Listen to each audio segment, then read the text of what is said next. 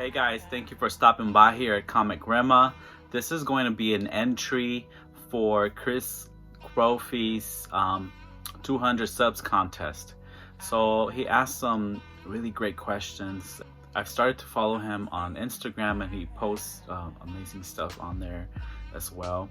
And he's posting a lot of content on his channel. So great stuff. If you're not familiar with Chris, go ahead and check his channel out. I would put the link to his channel right under the description. I'm fairly new to his channel, like I said, but it's definitely been a great pleasure to watch his channel. He's holding this contest and he asked some amazing questions. First question he asked is, what is your first musical memory? My first musical memory, I remember my father just listening to music, having records and tapes all over the house.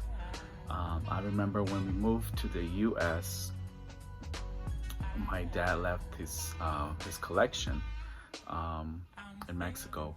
So I remember that aspect of just leaving music and a collection behind.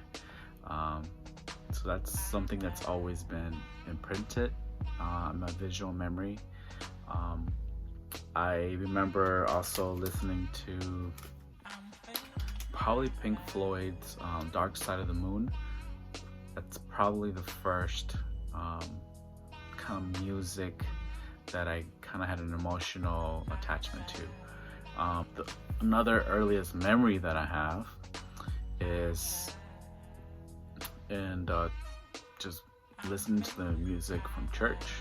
My churches that I went to when I was growing up, there was always music going on, and people really enjoyed that aspect of church. And as a child, I also enjoyed that aspect of church, the playing and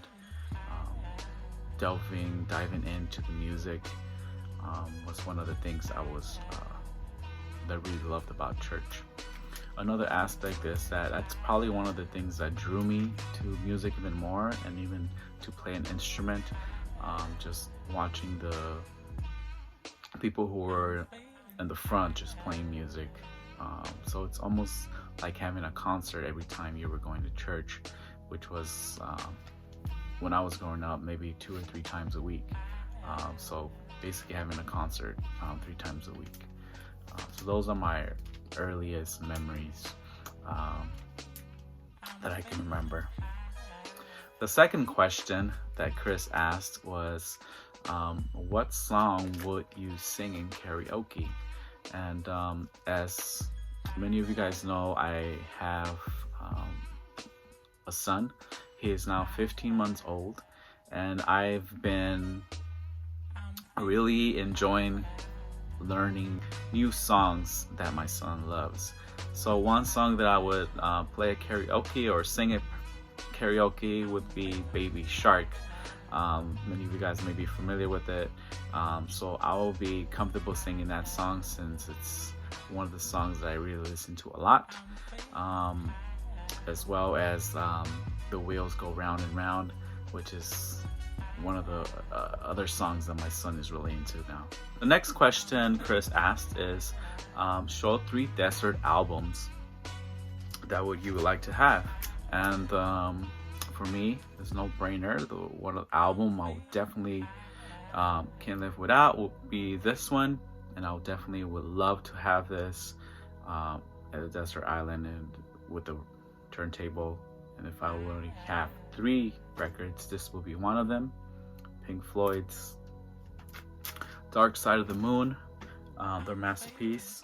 Definitely would love to have some worship music, and this is an amazing album, so I would love to have this album with me.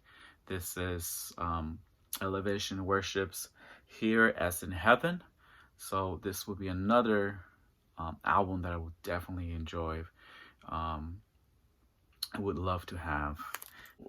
For me, one of the greatest albums in the jazz catalog of artists and records, Thelonious Monk's Underground.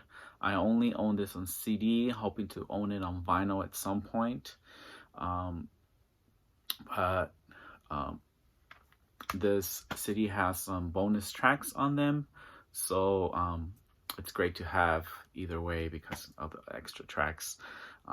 But this is, for me, this is one of Thelonious Monk's masterpieces, and it's just a beautiful and great album. And this is one of those covers where you can just look at it for hours as well. The next question is that Chris asked is, show some albums so you can stare at the artwork for hours. And this is one of them. This is King's Kaleidoscope. Amazing artwork there. And if you read really closely, it's there's a man walking in this long road. Another record would be More Power to Ya by Petra, with this spaceship guitar on there, going to this magical heavenly place here. There's a lot of stuff going on here, so this is an amazing album as well. And the artwork is just phenomenal. And the last question that Chris asked was the best closing track of an album. And for me, that's kind of like a no-brainer. It's one of my favorite songs, and it's off Thursday's No Devolución. And the last track on this album is Stay True.